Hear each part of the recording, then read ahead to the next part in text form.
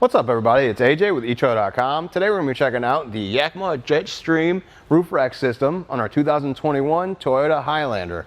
Now this is going to be with flush rails here, so they're really easy to put on and take off. Let's check it out. First, I want to explain what a flush rail is. This is what we're working with today, like I said, and this is going to be the rails that are on your roof, but there's not a gap in between them and the roof. That would be a raised rail that would be coming up off the roof with that gap in there where you can clamp things on. This is more fixed pointed mounting point. So the mounting point is underneath here. You pop off a cover and it tells you exactly where to put it, which is kind of nice because you don't have to measure anything. You don't have to put any guesswork, and then how much you space out your roof rack, you know exactly where to put it and where it's going to install. The bars themselves are going to be made out of black powder coated aluminum. They're also Aero bars, so you can see they're a little bit wider at the front and they taper back at the end. That's going to be for wind resistance. You have a T-track up here on the top so that you can slide off this cap and set your T-track accessory down on there and just slide along the track. I really like this way better because it just pushes this rubber part down and you slide on top of it. You don't have to peel back the weather strip, cut it to length, because if you get a bunch of different accessories, you're not going to have much weather stripping to put back in. This one just goes on top of it and it's out of the way. Now the bars can handle 165 pounds, but also see what your roof can handle, and if that's lower, I would go with that. Now let's get some measurements. I'm going to measure from the center of one roof bar to the one up here, and that's just for if you have a cargo carrier or roof basket. Now since it is fixed point, you can't slide this and move it to help you out, so you want to make sure it works with those accessories. So I'm going to go center to center here, and it looks like it's right there at 31 inches.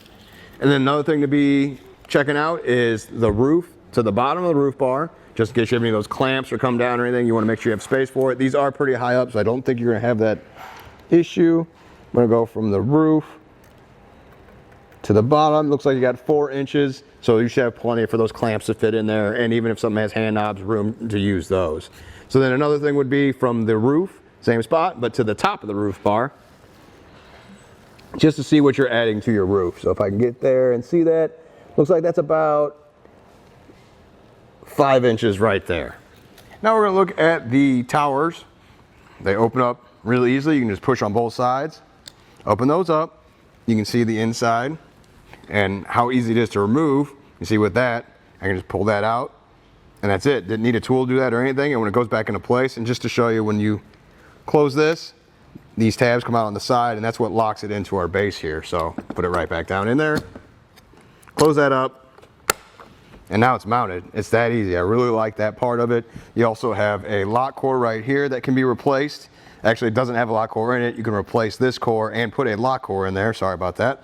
And another thing it comes with is a cap. So when you do remove this, if you don't want it on your roof all the time, you can set this down on there in place of the tower, just like that. That way it covers it up, it's not exposed, and it looks nice and neat. I talked about how easy it is to set these in place and get them locked in. The pads and the base are really easy to get installed too. Check out how we did it. Before we add our towers, we have to pop off these covers on our flush rails. So what I got to do here is I got a plastic trim panel tool. I'm going to push it down in that area there. There's a space where you can push that down in there and kind of pry it out. And I'm using the plastic tool just because I don't want to damage anything. So you can kind of get the edge down in there just a little bit and then pop it out of its space.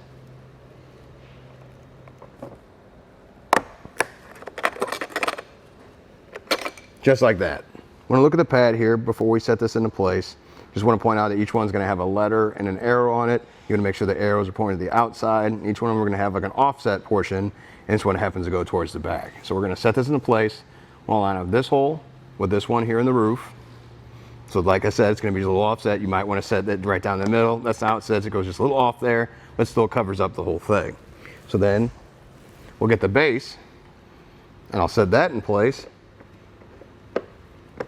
Make sure it lines up on this raised portion here. It fits down over that right there, and then we'll add our bolt and our washer. Let me hold it up for you right there and get this started by hand.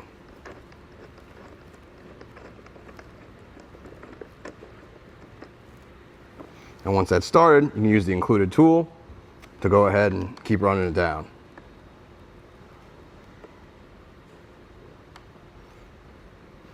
Might get a little tough once it hits that spot on the bolt. That's why you can use this handle to get a little more leverage on it to help you run it into place. Now we're going to remove the end cap here on our bar. So I'm going to pry out on this plastic piece with my thumb and kind of work it back and forth here at the top. So pry out, back and forth. It can get a little hard to start it, but once it gets going, it's going to come right back off.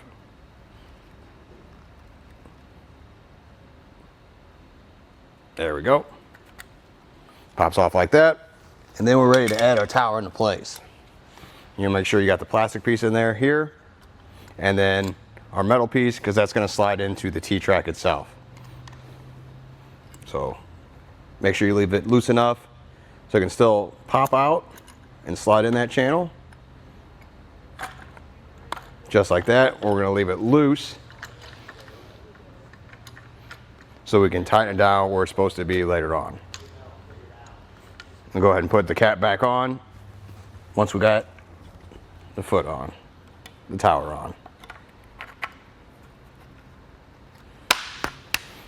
Something else to point out is you can see our tabs right here at the bottom. That's what's going to lock it into the base.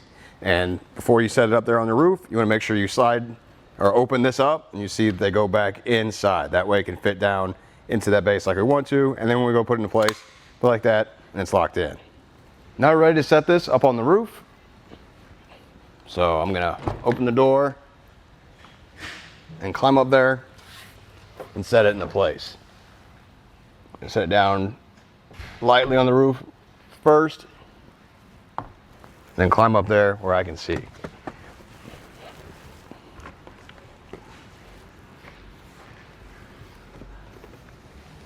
And try and line up with that base the best I can. And let it slide into place, and then get this side too.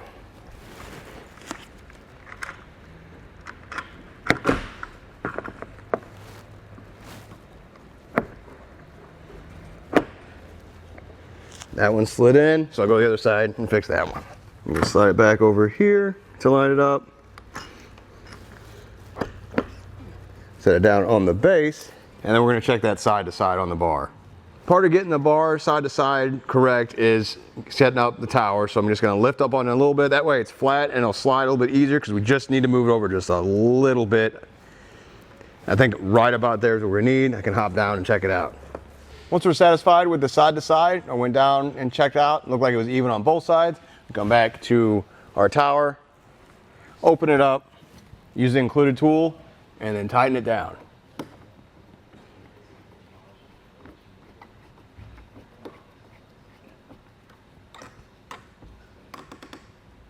And go back and forth and do that on the other side too. The other side, you want to turn that to hear the tool click.